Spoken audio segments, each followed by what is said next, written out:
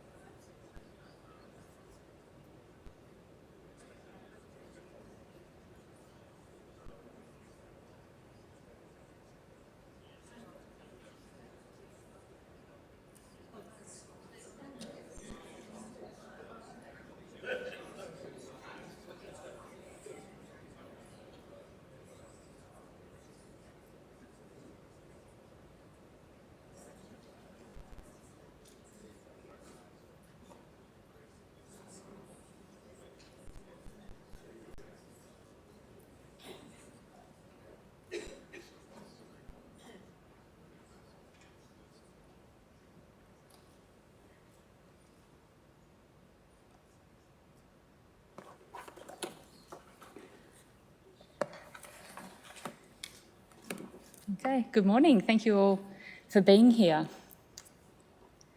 My name's Kylie Walker. I am the Chief Executive Officer of Science and Technology Australia, and I have the pleasure of being a co-convener of the National Research and Innovation Alliance, along with Anna Maria Arabia, who's the Chief Executive of the Australian Academy of Science.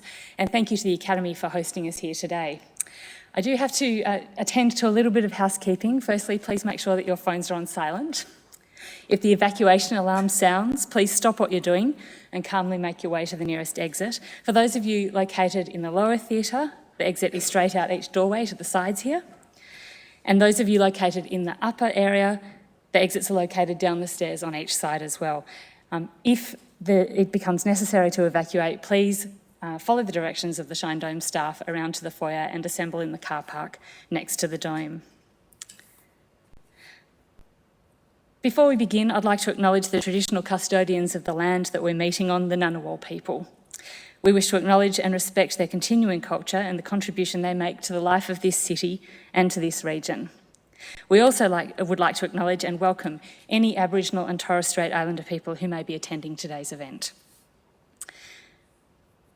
So welcome to the Leader of the Opposition, the Honourable Bill Shorten, and to the Honourable Senator Kim Carr. Thank you very much for joining us today.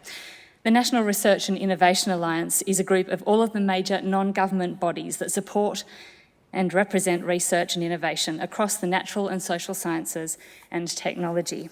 We have 7 fundamental principles. The Alliance agrees to these principles to support research and innovation in Australia.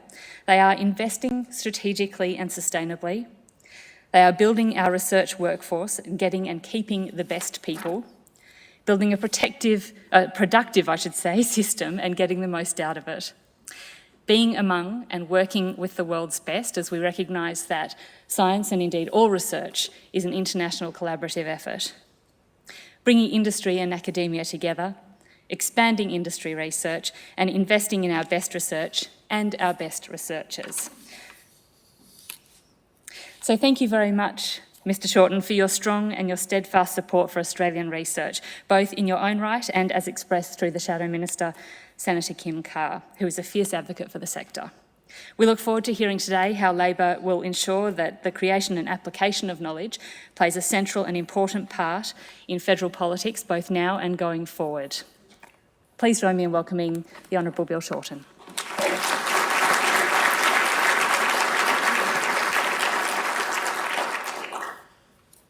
Good morning, everybody, and thank you for inviting me to talk a little bit about Labor's vision for science. I'd like to acknowledge the traditional owners of the land upon which we meet. I pay my respects to their elders, both past and present. This is a fabulous hall. I already feel more scientific, actually, just standing here. But it is good to be here in the Australian Academy of Sciences in National Science Week. I'm not sure National Science Week's perhaps had the attention it deserves. Other matters of constitutional interest seem to have taken up the gaze of the Parliament. But it is National Science Week, and I've been looking forward to it for some time and sharing some of our thoughts.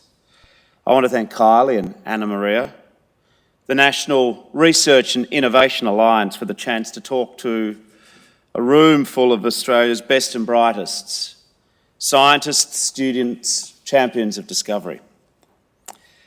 Last year, a group of researchers at the ANU managed to stop light. They modified a group of atoms so that when they were hit with lasers, they constantly emitted and recaptured the beam, creating a stationary cloud of light visible to the human eye. From 300,000 kilometres per second to motionless. Remarkable. This is a breakthrough so out of this world. The most media outlets explained it to the public by comparing it to a character in Star Wars stopping a blaster bolt in mid-air. In fact, it wasn't just the media doing that. Lead author, ANU doctoral student, Jesse Everett said, and I quote, "It's pretty amazing to look at a sci-fi movie and say, we actually did something a bit like that." I think this story makes us all a little bit more proud to be Australian. Actually, I think that our national record, our national history of scientific achievement should be better known and better celebrated. But the reason I open my remarks with that story of this remarkable research done so recently is because I also think it speaks to what is the best of science: collaboration and standing on the shoulders of giants, adding to Einstein's theory of relativity a century later. But there's one more reason, and this is at the heart of my talk, why I think this discovery helps illustrate the best of science. It's basic research. By that, when I say basic, obviously it's not basic in concept. What I mean is that it doesn't have an immediate or obvious commercial purpose. There's not a quarterly return to be filed on the back of this development. It's an idea pursued to prove that it can be done. Discovery driven by the pursuit of understanding something new. Our Shadow Minister for Science, Senator Kim Carr, who's with me today, loves to tell me the story, and loves to tell the story to the Expenditure Review Committee of our Shadow Cabinet, of the 19th century inventor, Michael Faraday. He showed his new electric dynamo to then Prime Minister Disraeli. Disraeli had a good look at it, and once he'd shown a suitable amount of interest in a prime ministerial fashion, he asked, "What use is it?" Faraday wasn't put off. "As much use as a newborn baby," he said. "But one day the baby may grow up." He said, "No, one day the baby will grow up. And then, sir, you may tax it." In a world of relentless funding cuts, those grinding, endless grant applications, I'm sure that many of you, all of you, are familiar with being asked, what use is your work? What can we do with your research? How quickly can we commercialise it? How can business utilise it? How much can we tax it? These are predictable questions. They're understandable in their own way. But I want to suggest that in National Science Week, and indeed the other 51 weeks of the year, these are the wrong questions. Science research in this country cannot always be about quick fixes, the short term, the dollar payback, the immediate cost recovery. What you do shouldn't be governed by the tyranny of meeting a particular commercial KPI. Not all basic research, indeed basic research, should not be a matter of some rigid cost-benefit analysis. It goes way beyond innovation and agility and efficiency and commercialisation. Science in this country must be recognised by policymakers as something that is more than just re-engineering or a 2.0 process upgrade.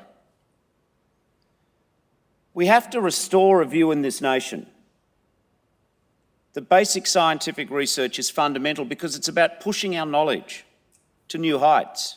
It's about stretching our understanding beyond the accepted truth, testing, challenging the limits of the possible. Government cannot lock in discoveries over the forward estimates or fold breakthroughs into budgetary forecasts. Nor can government treat science, research as short order issues, temporary programs, instant policy gratification. There needs to be continuity in funding for general research to thrive, not to stop-start uncertainty. It means we have to at least create a part or a space in our national debate which says that the funding of science has to be a priority generally for the long view to benefit future generations. Consider that breakthrough that I referred to earlier, stopping light. What use is it? Well, to be able to manipulate atoms in this way, these Australian researchers did as one of the essential building blocks of what these researchers did is seen as one of the essential building blocks in developing quantum computing. This is a form of technology that's full of unknowns. But what we know is that it has the potential to transform our world. For advances in computing technology over the past decades, they are still a binary product. No matter how much we increase their operating speed, they'll only ever be able to do one thing at a time. When I was getting someone to explain this point to me, someone said to me, the difference between binary and quantum computing is the difference between a single train line and the Tokyo Metro. The single line gets you from A to B. We can upgrade the track, remove the level crossings, improve the speed of the engine, but it is still A to B. But the metro system facilitates hundreds of simultaneous journeys. One of the ANU researchers put it this way: if you take the classical computers that we have now and imagine them 100 years into the future, they still wouldn't be able to do what quantum computers could do. Quantum computers offer a completely new way of solving problems right across every field, reshaping everything from transport networks and financial markets to biological molecules and weather modelling. The only thing is, governments can't predict these breakthroughs. We can't dictate their progress. Most of the time, neither can the researchers and scientists themselves. Professor Dan Kleppner, he was part of a team which invented the hydrogen maser in 1960, an atomic clock that turned out to be essential for the operation of satellite-based global positioning systems. He said that then, I wasn't dreaming of developing the GPS. With basic research, you don't begin to recognise the applications until the discoveries are in hand.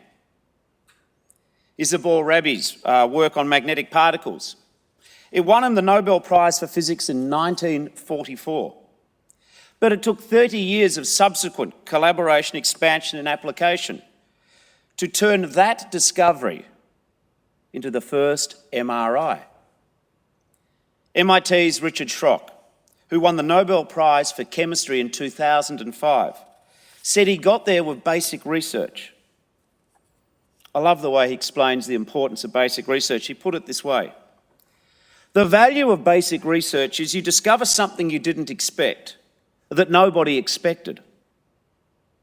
And it's where almost everything we now expect came from. My work had applications, I just didn't know it at the time. Government may not be able to predict these discoveries or where they will lead, but we can make generational investment in research which we know will drive future discovery. Not just co-opting research into business, important as that is, but backing the basic research on which everything depends. I am ambitious for Australian science. I believe we should aim to be a world leader in the teaching of science in school, in the education of high-quality science graduates at university, a world leader in postgraduate research. Now, I believe we can do this in conjunction with applied research, with commercial development, while also supporting innovation and startups. I want to put to you today that it's not a binary choice between commercial innovation on one hand and basic research on the other. Investments in basic research are essential for all of the progress that we seek in education and applied research. But the hard truth is Australia won't get to the front of the pack, the front of the global pack, with mediocre investment, with uncertainty for scientists, with a plan to demand more and offer less. We will not get to the front with a government who doesn't take science and research seriously or fund it properly. This is no reflection on your performance. Australian scientists continue the long tradition of being amongst the best in the world at what they do. The most current OECD Science, Technology and Industry Scoreboard showed that between 2003 and 2012, Australia was the 11th most productive nation in terms of scientific papers published. And your output rated well in terms of quality, with more than 15% of these papers being in the top 10% most cited articles. So our scientists punch above our national weight. But funding cuts and uncertainty mean that you've got one hand tied behind your back. Since 2012, government support for science has been falling. It is now at its lowest share of GDP that it's been for 12 years. Gross expenditure on research, it has grown in the last 3 decades, but that growth has largely been driven not by government, but by increased business funding for R&D. In fact, as a proportion of total expenditure on research across all sectors, government expenditure makes up a smaller amount of the total funding pool than it has at any point since the early 1980s. And that funding that is there has been growing rapidly towards applied research and away from basic research.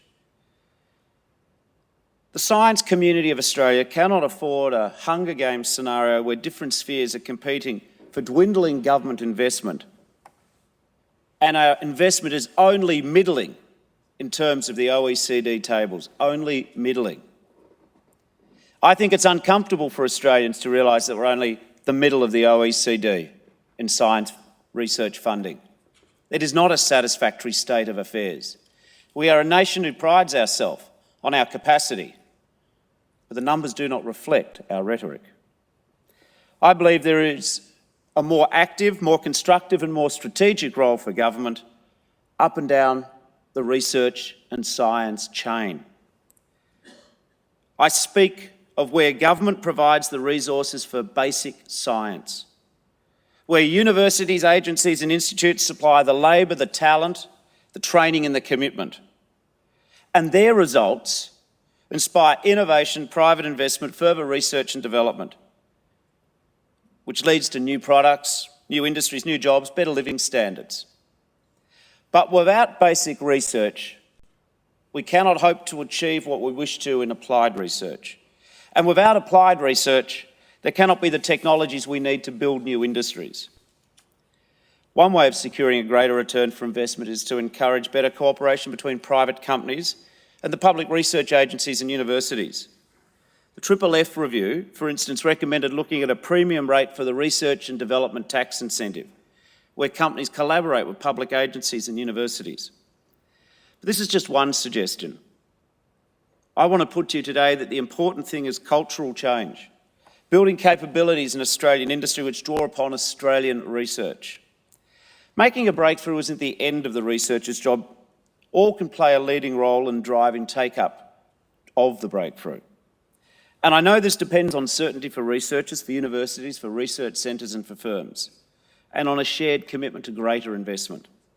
It's why before the last election, I announced a national goal for Australia.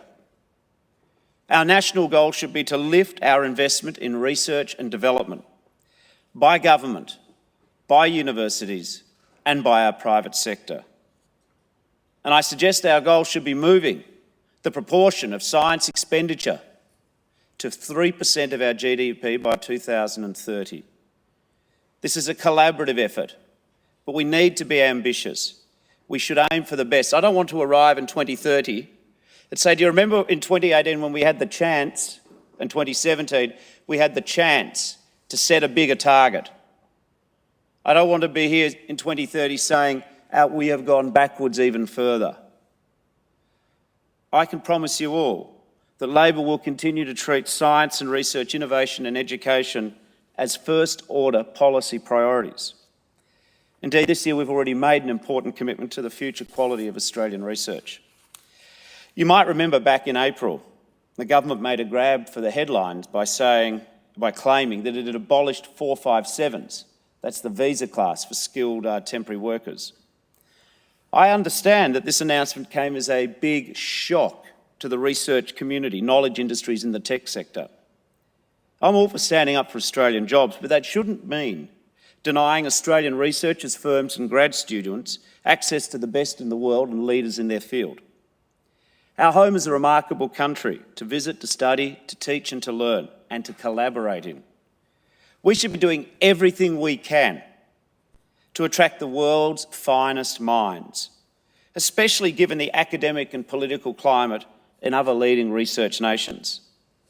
It's why, if elected, Labor will create a new 4-year visa for world leaders in science, medicine, academia, research and technology.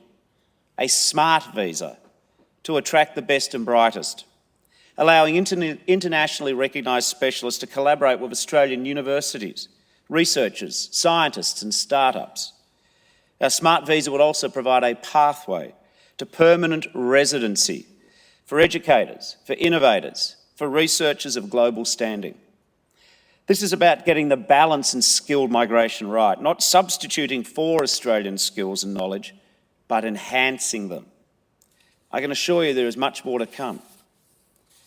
Kim Carr, myself, my whole Labor team, we see science as a growth strategy, an instrument for progress, an irreplaceable and essential element in the transition of our economy.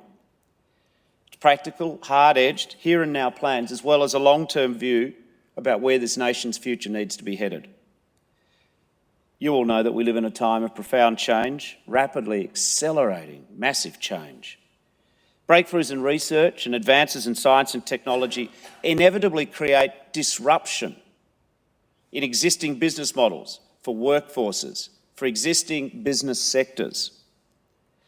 But investing in research and science and technology is also how we ensure that Australians don't get left behind by change. It's the science, it's the research, it's the skills and training, the retraining, which will allow Australia to compete and succeed in an era of automation, robotics, and the new gig economy. It's your work that'll bring new, high-wage, high-skilled work to Australia, not just in your field, not just in the inner cities, but it'll flow on into the suburbs and the regions. I think it's science, in fact, I know it is science, research and technology that will be the difference between Australians designing, refining and operating the machines of the future or being replaced by them. But it all begins, I suggest to you, with that chain which I outlined. We have a clear view. We're very serious about refuelling the science research pipeline and investing more in the nation's scientific infrastructure. Our scientific history in Australia is something that we should all be proud of. But citing examples of great success in the past isn't enough. It is about creating science infrastructure. It is about creating a science research pipeline. And this is where, to return to where I started, the basic research is an irreplaceable link in that chain. This is our proposition in conclusion. Government provides the resources for basic science. Universities and research institutes supply the labour, the talent, the training and the commitment. Those results inspire innovation, private investment, further research and development. And at the end of the chain, we will have a generation of new products and new industries, new jobs and better quality of life on a much grander scale. No more starvation rations for basic research. No more discouraging talent from coming to this country or driving bright Australians overseas. We want to encourage ambition, not caution. A spirit of discovery, not a climate of timidity. Our scientific legacy is rich, but it is up to the next Australian government to respect it, to respect you, to support your endeavours in the future. If we want to be the nation that we hope we can be, if we want to be a nation which hands on a better deal to future generations, a lot of that comes with backing basic research now. Not because we can predict what the basic research will deliver, but we can predict that the absence of basic research will deliver a lesser standard of living and a lesser future for future generations. Thank you very much for listening.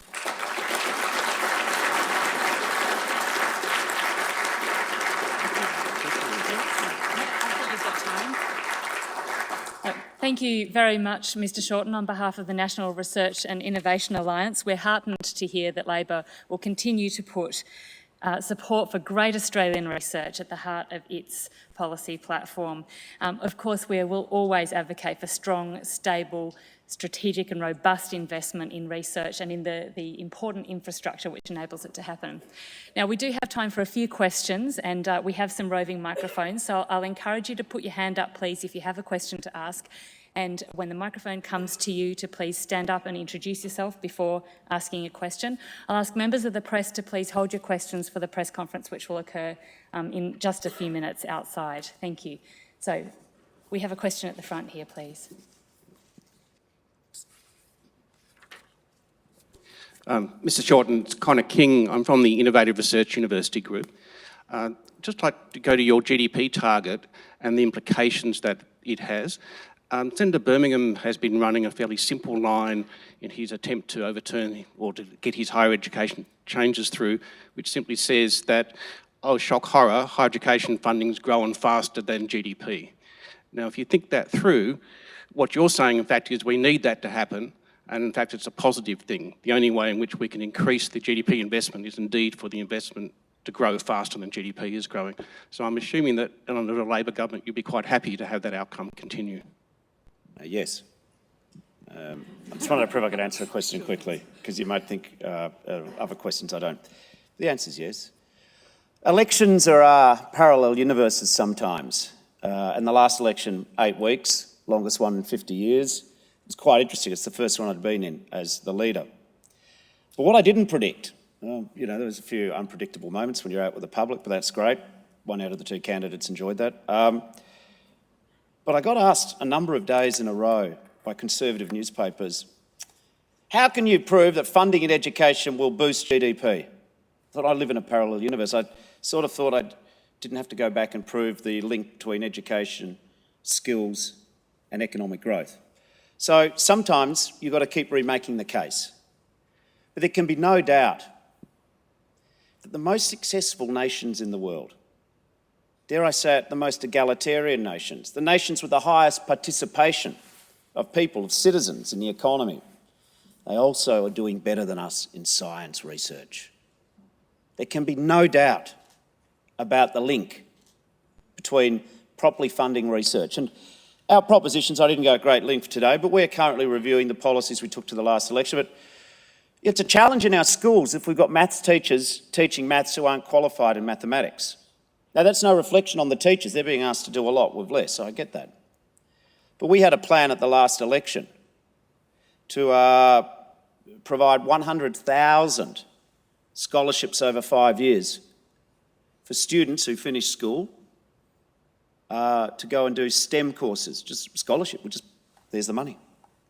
And then we also had a policy at the last election to provide 25,000 teacher scholarships for graduates in STEM courses to go and do teaching, 5,000 a year. We also proposed for the record that the 100,000 scholarships should be 50-50 men and women. And so we're going to look at how we do the diversity in that too for other groups of the Australian population. So, the point you make is right, and we don't endorse what the government is doing in higher education. We don't think that you're going to cut your way to greatness in education.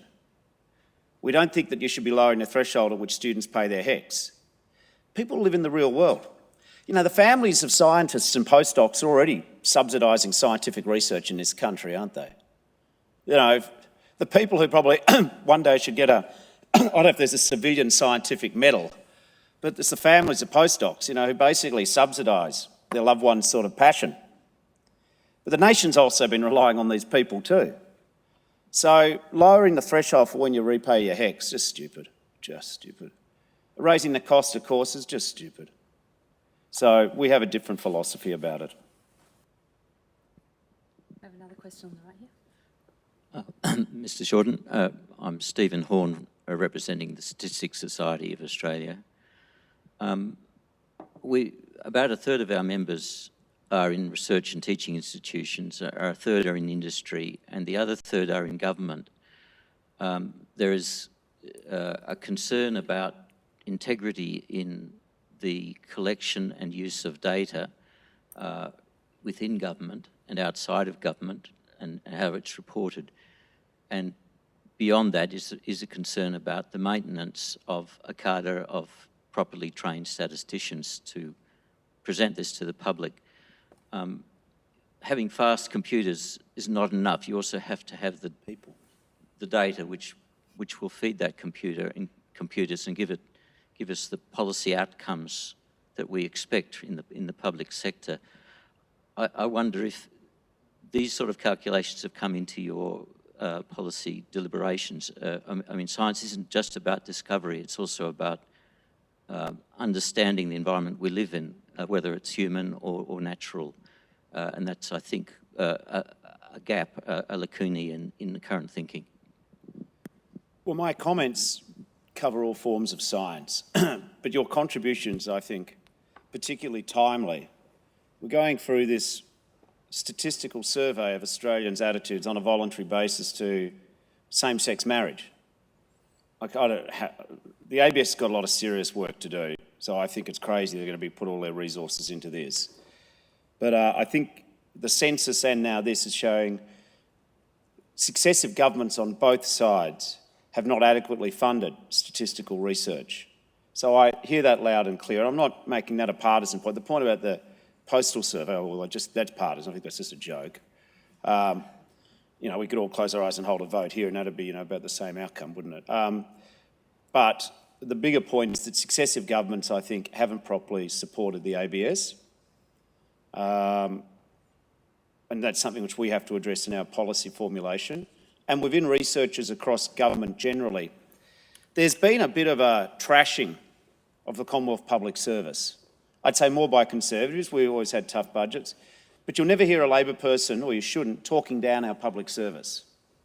Commonwealth public servants explain to us a whole lot of things which, if they weren't doing, that doesn't get done.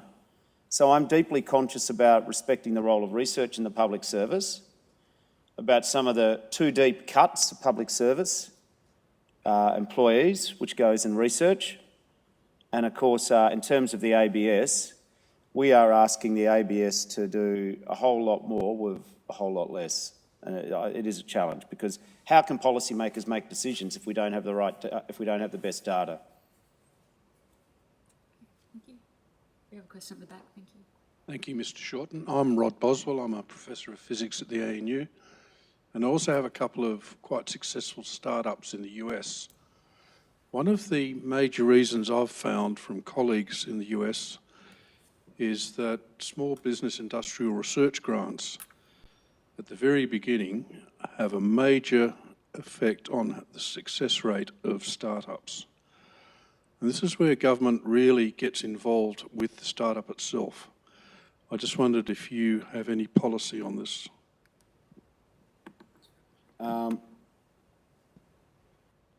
Yeah, I think I'd be interested to talk to you offline as well about your experience talking to the American research community or startup community. I think sometimes some of our support for startups is clunky and bureaucratic.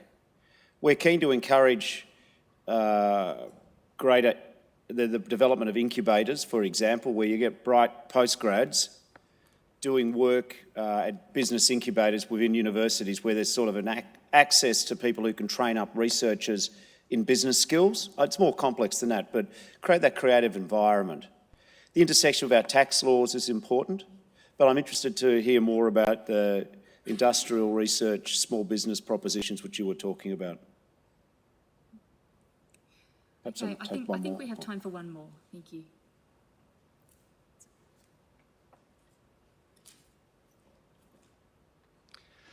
Thank you, Mr. Shorten. I'm Professor Ross Thompson from the University of Canberra.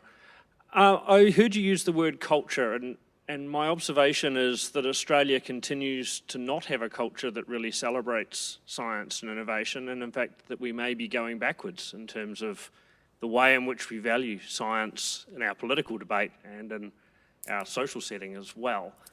How do we start to turn that around? I'll vote for me. But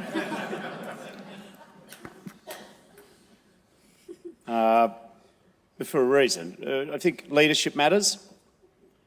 I'm here in Science Week. I don't think most Australians knew there was National Science Week, but I'm here. And hopefully by being here and talking about a commitment to basic research, that might even stimulate the media's interest. I think there's a range of ways. I think we need to be better at talking about science. I think the science community needs to be more assertive in demanding its fair share. I also think we need over-the-horizon goals, and this goes back to leadership. You know, if I say we should commit ourselves to a goal, a target of 3% of our GDP, what will happen now, I predict, is that this poor beleaguered government will immediately try and do a numbers exercise where they say, Bill Shorten says 3% of GDP, and he'll say, that's what I want to spend. And then they'll accuse me of wanting to spend, next year, $150 billion or whatever the number they come up with. And so it's a pretty trashy debate. So that's what they'll do. And they'll say, you know, reckless, yada, yada, yada. What I'm saying is that I need, as a leader, to educate the community about the value of getting our GDP up to 3%. Then what are the policies which help do that? What do we do to incentivise the private sector? I mean, there are success stories. Medical research, I think, has been a standout where we are on the global rankings doing right up here. But generally, when you look at the physical sciences, a whole range of sciences areas, we're not putting the resources in we need. So for me, when I talk about culture change, and the word cultural change, it's the concept's a bit nebulous. What I mean is it means actually changing some of your behaviour. And when you've got the leader of one of the two major parties saying, we think that science is a major mainstream, main order issue, that when we produce our budgets, we'll look at our science expenditure across departments. You know, you can actually change perceptions by leadership. I've been in plenty of debates where the majority didn't agree with me at the start of the debate. Leadership's about turning minority positions into majority positions. What I've got to do is be good at interacting with you, hearing what's working and back that in. But we've got to have a view. And what struck me, having read widely about what other nations do, in particular America, and some of the inspiration for this was a great paper written by the president of MIT saying America's losing its edge because it's not doing basic research. I thought, Australia's losing its edge because we're not doing basic research. And I actually tested the dozen or so metrics that the MIT professor used to evaluate America, and other than medical research, God, he was spot on the money. I could have been describing Australia, except we're not even doing what the Yanks are doing. So I thought that's why I wanted to be here in Science Week to talk to you about basic research. Not because I think this talk's going to bring the government down or change an election. It's not going to deal with the immediate issues of housing affordability and energy, you know, the big issues of wages growth and inequality. But I know there's not much point being a leader of this country if you're not planning and preparing the nation for the future. And you know, you have those moments of discovery or illumination. Basic research is an irreplaceable part of the pipeline. If we're not doing more in basic research, we are going to guarantee lesser outcomes in all the things which are important to Australians in the future. There'll be no breakthrough because of some basic research being done somewhere in Australia now. But what I can guarantee is that in 30 years there might be, or in 20 years. But if we don't do the research, I guarantee you we won't make the breakthrough. So it's all about leading. And that's what I want to bring to it, not what you do, but helping give you a voice in the policy-making forums of the nation and the parliament, which says, whatever else, Bill and Labor are very committed to basic research, not just the startups. That's good. Love that. The apps, super. It's the basic research, getting it right in the secondary schools, in the unis, and the basic research. If I can do that, then I could come and talk to you in 20 years' time, say, remember when we did this? And I think that's where differences get made, by thinking for the future and acting now. Thank you very much.